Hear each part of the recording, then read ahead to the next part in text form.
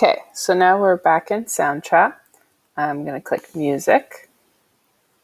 And you'll see, usually, we go straight to loops or trying to sample something. This button, the Patterns Beatmaker, is exactly what the video that we watched earlier is demonstrating. Now, a couple pieces of advice while working on this project. Number one, it's really important to use the measure numbers at the top. It's really hard to be able to loop something if your loops do not line up. So it's really important to use the measures as kind of a way to check in with lining up. Even if you have a loop that's longer than a measure, make sure that it's following or it stops within a measure marker. So that way it does line up with smaller loops. So here we have kind of the generic template for a beat machine. And again, just like we did earlier, we can click on different boxes here. You can add instruments down here too. I'm going to try and do things on the downbeat here. So that would be on the first box. We have regrouping here. And you just kind of play around to see what it sounds like. Now, you'll notice that it'll only let me do a measure. So I'm going to click the cycle off button, and then I can extend that if I want. So if I wanted to use something that was longer than one measure, I can do that. But I want to keep it a measure just so I kind of have an idea of a building block. Okay, so obviously that needs some work. So I'm going to kind of play around with this in a little bit.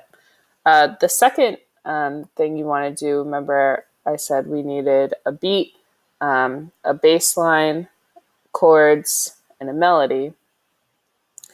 I'm just going to add a piano track. Now, we haven't used a lot of recording on the piano yet either. So this is kind of a quick intro without getting into too much, music theory and whatnot. You can choose to play either all of the white keys or all of the black keys for your song. If you try and combine the two, what happens is it'll sound very dissonant. It'll sound clashing because the keys or the notes that you picked are not all in the same key or tonal center, which we haven't really dove into too much yet. So just for this project, stay on the white keys or the black keys. Keep it very simple. It doesn't have to be very complicated. I really like Soundtrap because you can use the keys on your keyboard as your piano keys. So you don't actually need a full MIDI keyboard at home. What I'm going to do, because I want to do a bass first, so I want to try and find some kind of bass that I think is appropriate. That's a good one. I like this one. Okay, so now you see that I have this here. And we are low.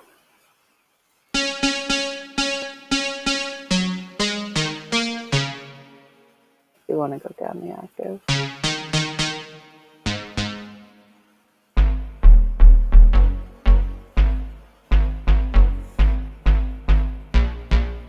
Okay, so if I just kind of push record, and again, trying to fit within a measure or two is pretty important.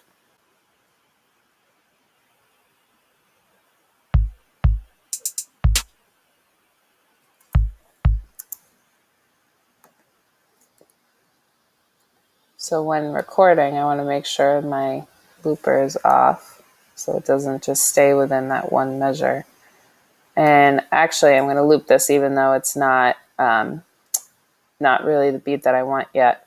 I'm going to loop it just to kind of give me an idea here. Okay, here we go.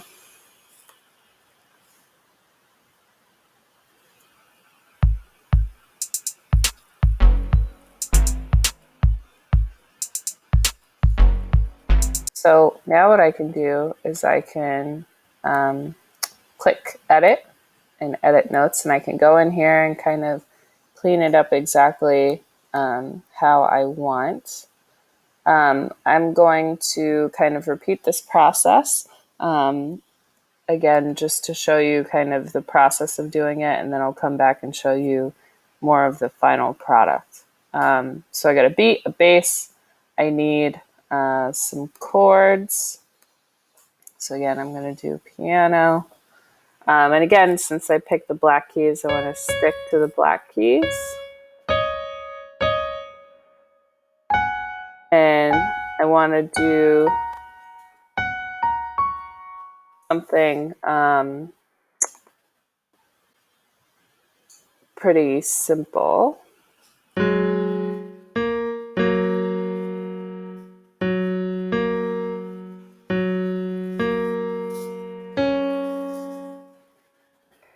Go back and see what we can do.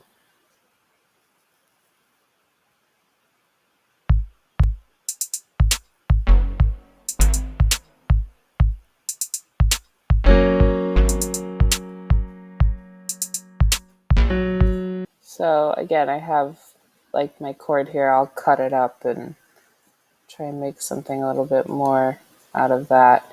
And then last, our hook, a melody hook. And again, that can really be anything you want.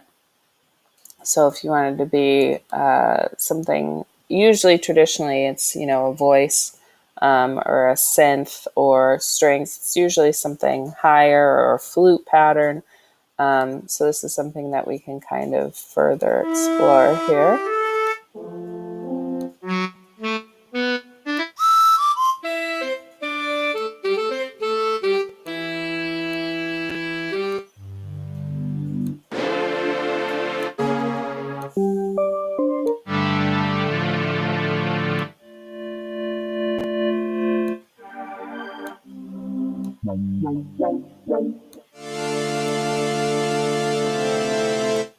Like that one. So I'm going to play around with that, and I'll see you in a little bit just to see what I kind of edit and come up with. Okay, so I'm pretty much done with the A section. Remember, we have to do A, B, A, B. So once I complete my B section, all I have to do is copy and paste this. So that kind of makes the easier part here. So a couple tricks for you. One of them, like I said, making sure that things line up with measures. Remember, in music, we think about things kind of in phrases of 4. So as you can see, I waited 4 measures until I introduced my melody and my harmonic accompaniment. And this is my beat and this is my bass line, just so you can see how I kind of worked from the bottom up. And again, all of these 3 loops that I created are just recorded with the black keys. So let's take a listen.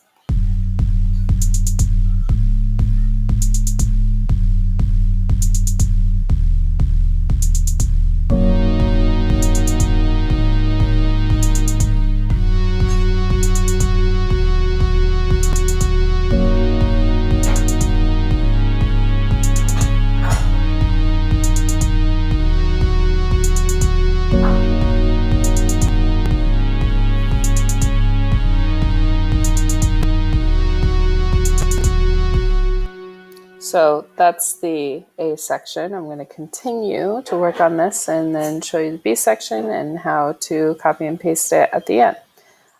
One thing that's really helpful with this, this is a snap to grid button. This helps you with lining things up. So let's say I turn this off. I can put this anywhere I want on the white region, right? But if I click snap to grid, you can see that it kind of jumps a little. So this is a really good tool to use when we're trying to manually create different loops. Your state of mind.